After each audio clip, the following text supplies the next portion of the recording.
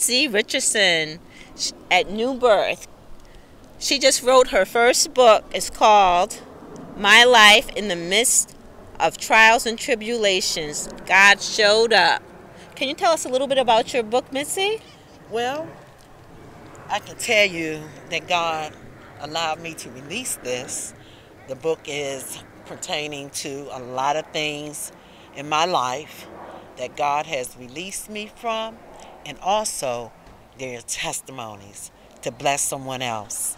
I pray that whoever reads it will basically just let God see what I've done in my life and how God has brought me out of.